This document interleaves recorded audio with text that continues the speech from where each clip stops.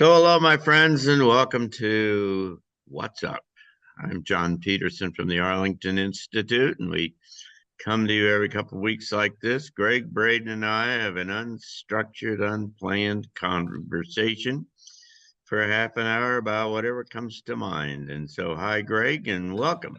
Hey, John, it's good to see you. I've been out of the country for about 3 weeks. We have missed a couple of these conversations, and I've missed having them. I've missed you, and I've missed connecting with our community. So I'm excited and happy to be with you today, and happy to have this conversation.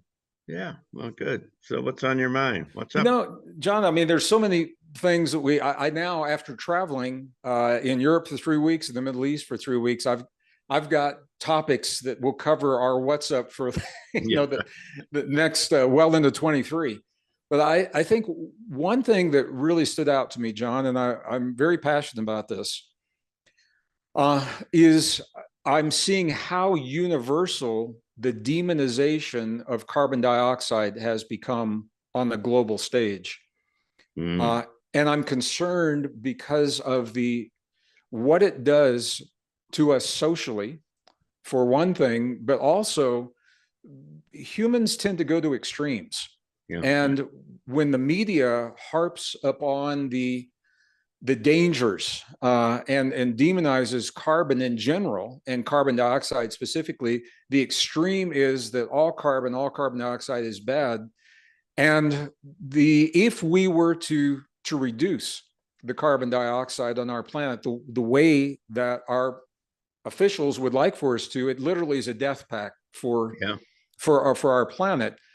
Now, we can say those things, and I want to talk about those, but as a geologist, I like to see facts. And what I'd like to share, one of the things I'd like to share with our community is a graph of carbon dioxide levels. And it's a beautiful way to show how this data could be manipulated, John.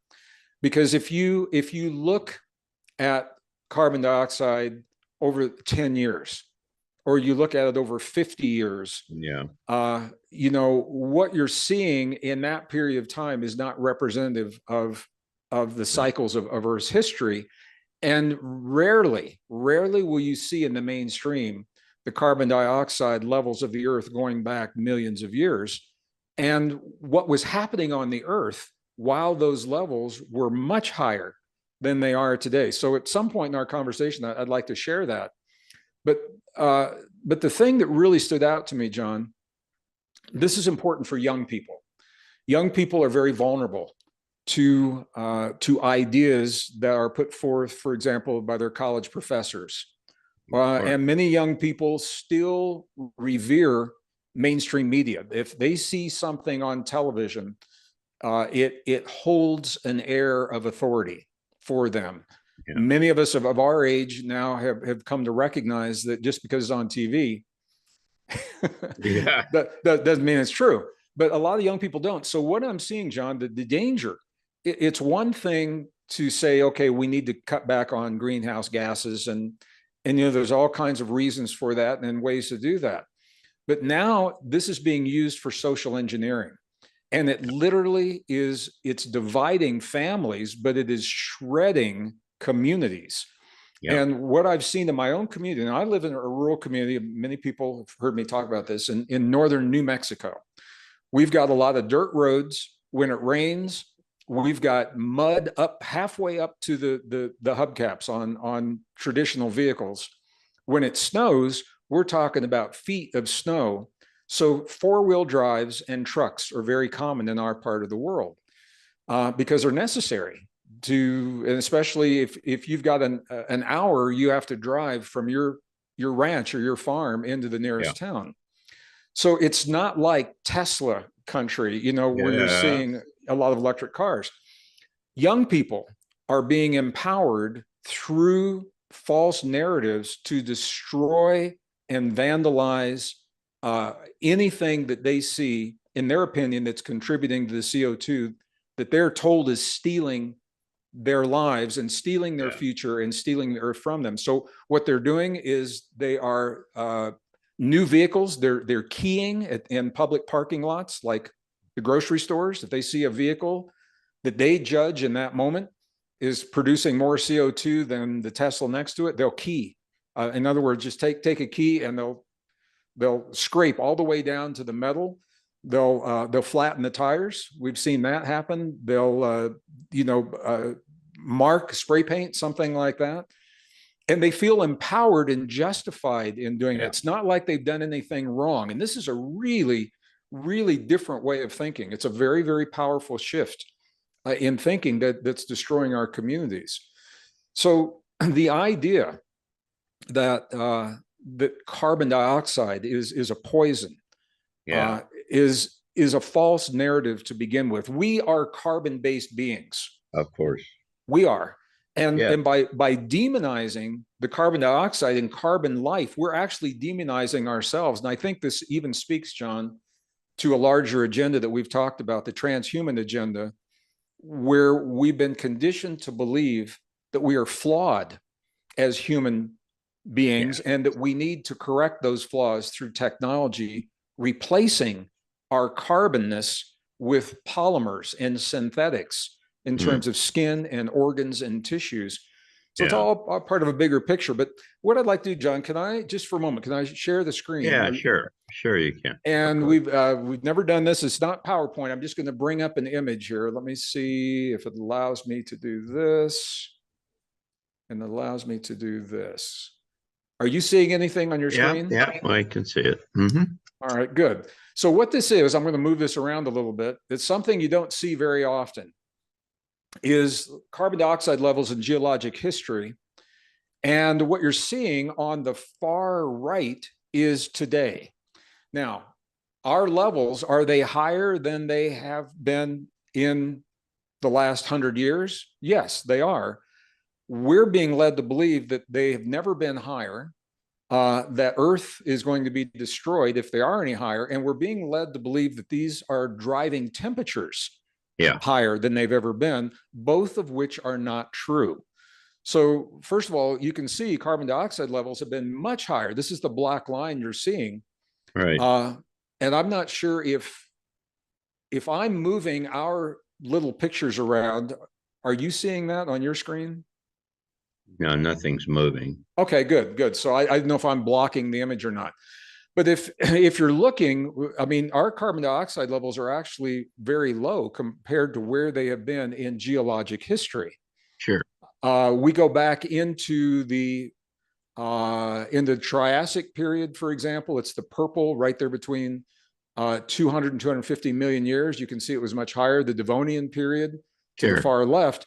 One of the most, probably the best known eras in our past or periods is the Cretaceous period, right there. Right, it's in the green, 100 million years.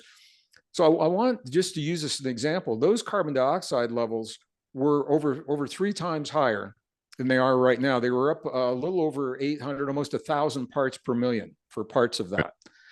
What was the Cretaceous period like? It was an extreme greening on the earth. Forests emerged and new forms of life, a lot of flowering plants, for example, and large mammals. But look at this, when those CO2 levels dropped drastically, brought an end to the Cretaceous. And this is the danger, John, a lot of people aren't talking about. If Earth CO2 levels drop below 184 parts per million, that seems to be the threshold where we're in trouble, because the forests of the earth thrive on the CO2. We cut that CO2. If CO2 drops to those levels, we are actually cutting off the very life force that is providing the oxygen on the planet. So we don't want to do that. And young people are not getting that message at all. So I think there's a way. Oh, go ahead, John. I'm sorry. Well, there's a couple of things that need to be said about this. First of all, this kind of information is extracted from the ice corings in the Bloodstock in Antarctica and then in Greenland. Right. If all of the information that they extracted was on this graph, what you would see is that the temperatures increase or decrease somewhere typically about 800 years before this carbon dioxide changes. Right. And what that means is the carbon dioxide does not drive the change. It is the response from the temperature change. Have been on committees as recently as this spring of 2022, with young people who are doing exactly what you're saying. They've been conditioned to simply recite the data. They don't even question where the data comes from. And so when I show them a chart like this, their question, it blows their mind. They're saying, how come we've never seen this before? And where did this come from? And why didn't we see this in, when we were in school? And these are some young people in school. Some of them are young people. When I say young, I'm talking about 30s, maybe 40s, who are working with the UN. And what they're saying is, how come this isn't what the UN climate panel is telling us? And what I can show them is how that data, it's like a day on the stock market, John. Every day on the stock market, if you go down to a 60-second interval on the stock market, the market is rising and falling in that 60 seconds. And then you expand that to 5 minutes and 10 minutes and an hour in a day. If you zero in on 30 of those seconds, what you'll see, it looks like the market is in a downtrend. But then you look at the big picture, it's in the downtrend for 30 seconds of an uptrend.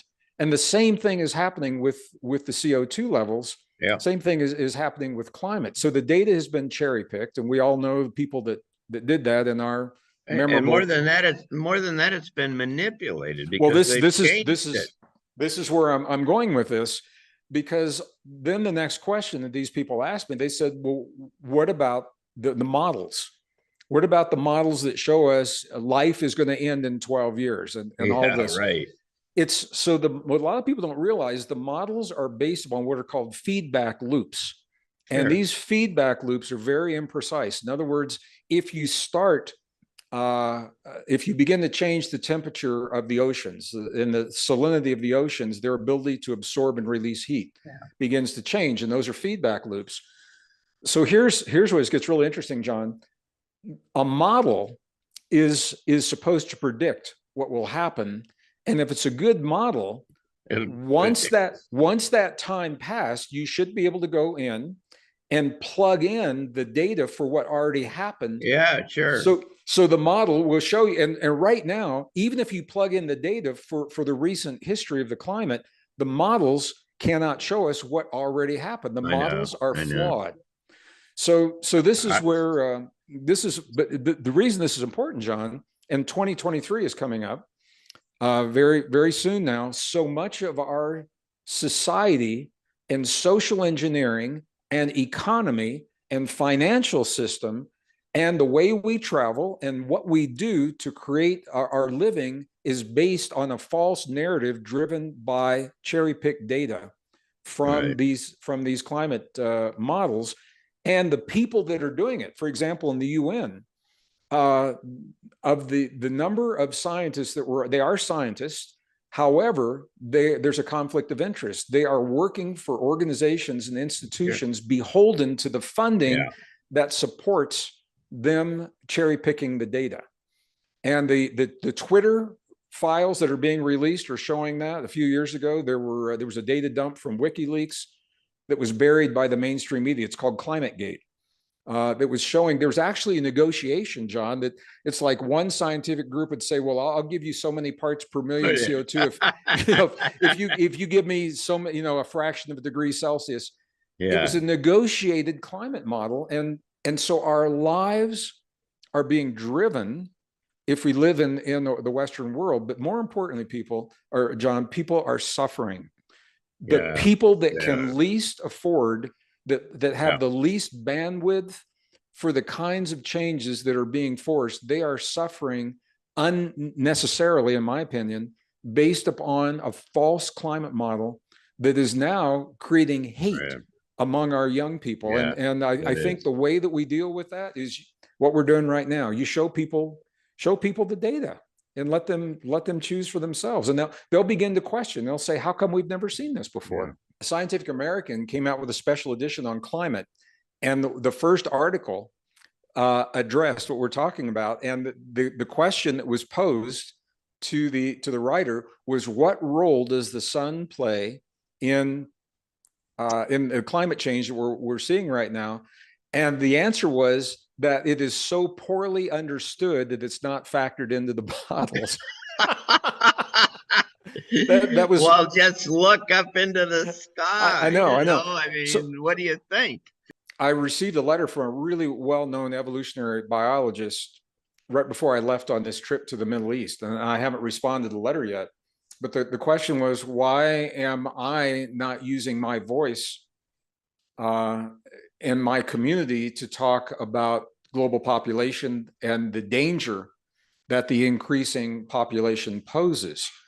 Now, this came from a really world-renowned evolutionary biologist who, for whatever reason, may not be aware of the recent studies, recent findings, because what the data is showing, John, that's even more alarming than the growing population is the fact that global fertility is in a steep decline, that nations are losing population, but that the male sperm count is in steep decline. And it was in the 1990s, a study was done, or first one was done in the 70s, and they measure sperm approximately how many million sperm per milliliter.